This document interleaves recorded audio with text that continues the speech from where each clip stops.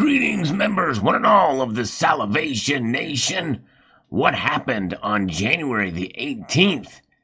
And is it the beginning of something huge for silver? Well, let's explore.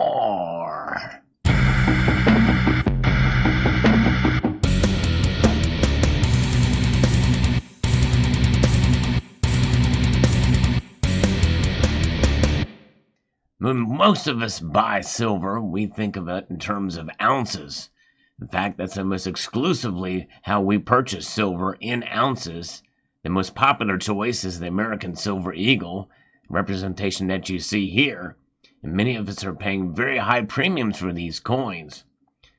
But if it's not an American Silver Eagle, typically it's denoted in ounces in other different forms. It can be other government-issued bullion, it could be bars and the like. Once in a while, we'll buy a kilo of silver in a bar or coin form, but that's rather the exception than the rule. But there's also other types of buying for silver as well, as most of us are aware of the futures markets, the ETFs and the like. What I'm going to be talking about is something that was brought to my attention by Rocky Superstar, and he referenced two different sources for this, and I found it was quite interesting, and I'm asking it in the form of a question. Of course, that's what you do with questions. You ask them. I'm posing it in the form of a question because I really don't know the answer. I want to give some perspective.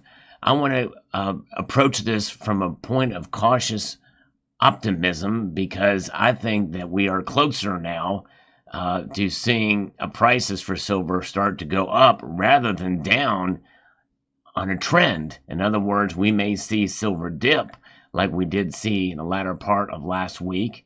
But last week was very interesting, by the way, because we saw the price of silver starting on the 19th really kind of spring forth.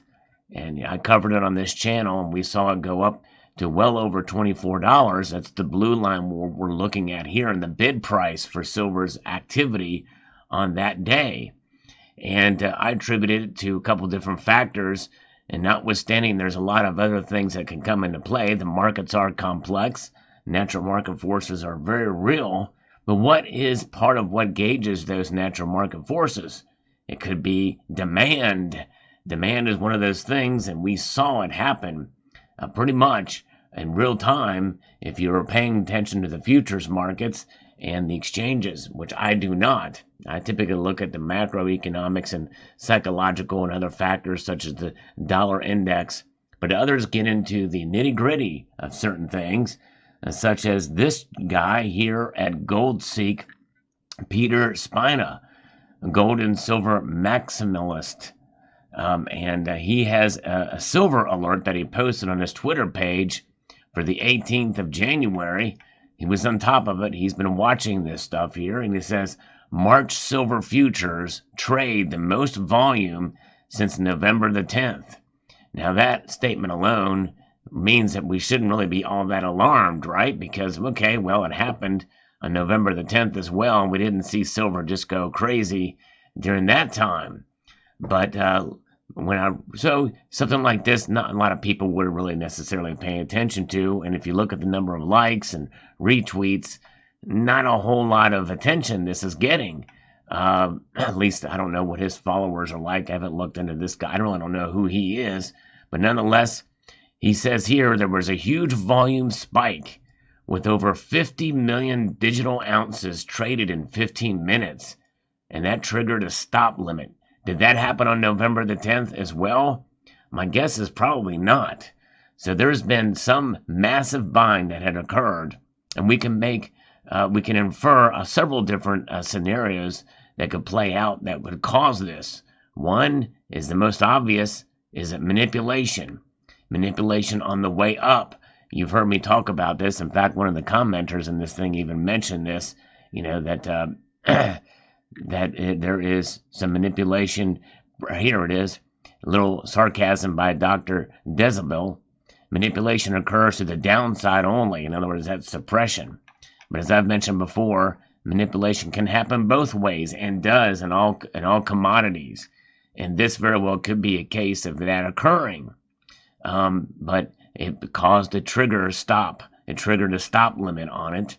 But nonetheless, when the day was said and done for the 18th of January 2022, daily volume exceeded 100,000 contracts, or half a billion silver ounces, at around $11.8 billion worth of liquidity.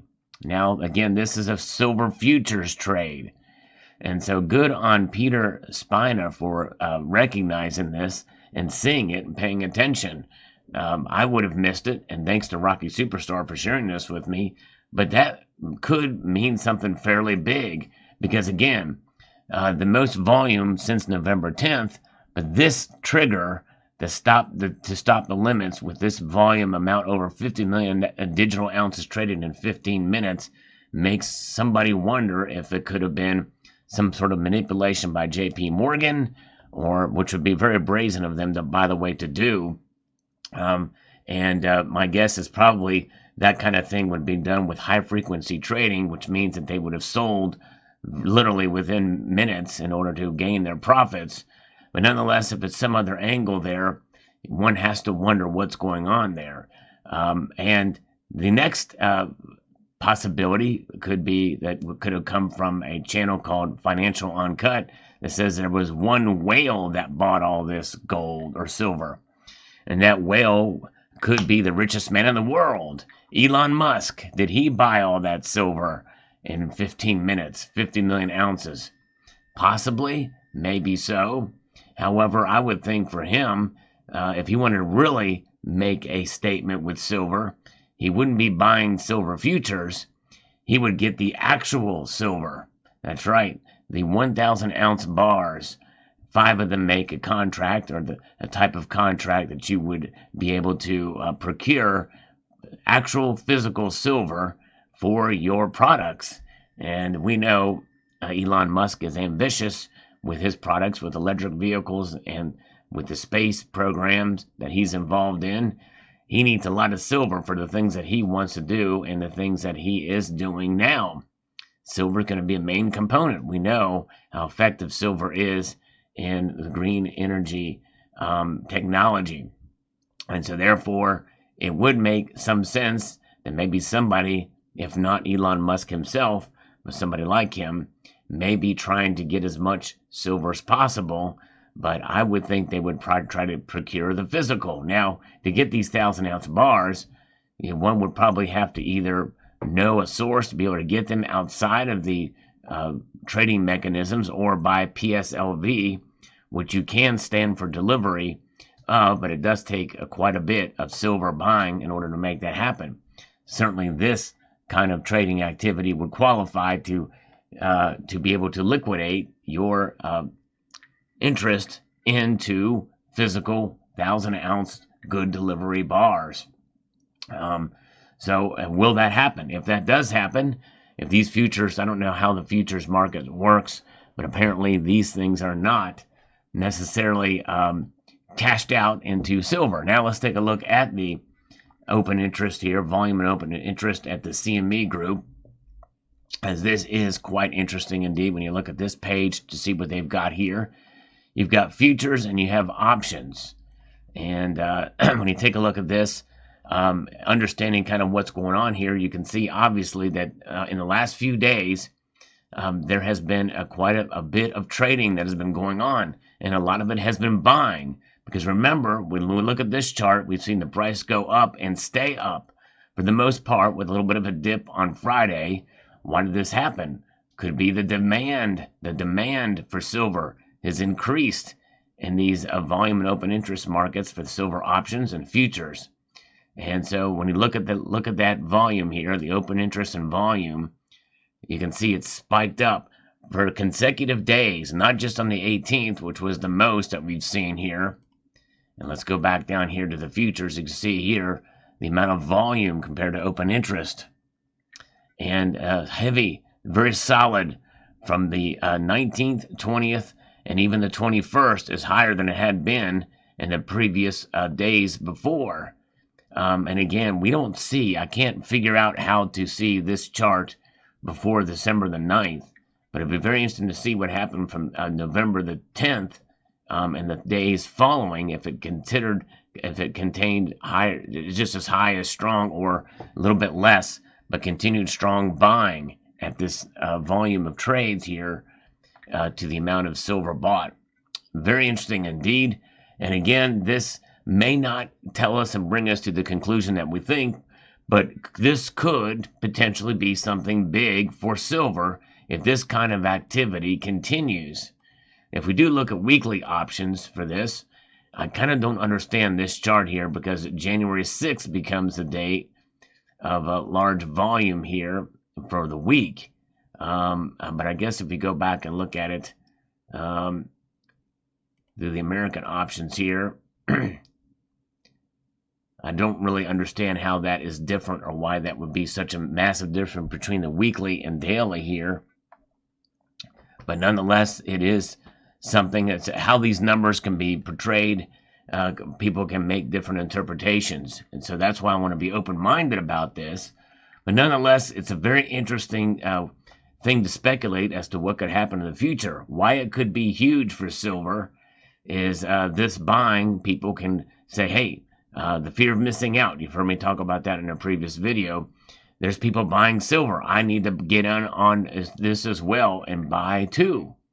Now, tonight, as we were going to be looking at the markets, and what will the markets tell us when they open up here is we'll see silver down a little bit, but still well above $24 an ounce. But I think some of what we're seeing in the COMEX here, or in the CME numbers here that we're looking at with this volume and open interest in the futures, is going to potentially have an effect on the markets when they open up tonight at 6 p.m. So we'll keep an eye on that and see what happens with the prices. Maybe it won't be anything right at the opening, and we'll see what happens when the New York markets open at 9 a.m. Monday. But nonetheless, it is an interesting way to speculate to see where the prices could go for silver. I'm of the mind, and I will be doing videos soon predicting where I think silver and gold are going to go in 2022 by the end of the year. But it's no secret that I am fairly bullish on both metals. I say that when I got it completely wrong last year. I was very bullish then too. We'll see what kind of approach I take when I think out where I'm predicting gold and silver to go. We get more emboldened when we see several days of the uptick in prices for gold or silver, and we get emboldened to think that they're going to go higher. We must be somewhat cautious in that measure, in that manner of thinking, because things can turn on a dime, pun intended. They certainly can. Prices can go right back down again. People will interpret data in different ways, and I think that is something that we have to consider and take into account here. And my feeling is you buy silver, and it's fine to trade with the ETFs and paper silver in the futures and options market if that is your leaning. If you want to try that to hedge yourself against other investment strategies you have in the stock market. However, I do believe in holding the physical as well. Physical silver. There's nothing like it. And I believe having a little bit of it in your possession is a way to secure yourself, because I believe there is going to be greater demand for physical silver.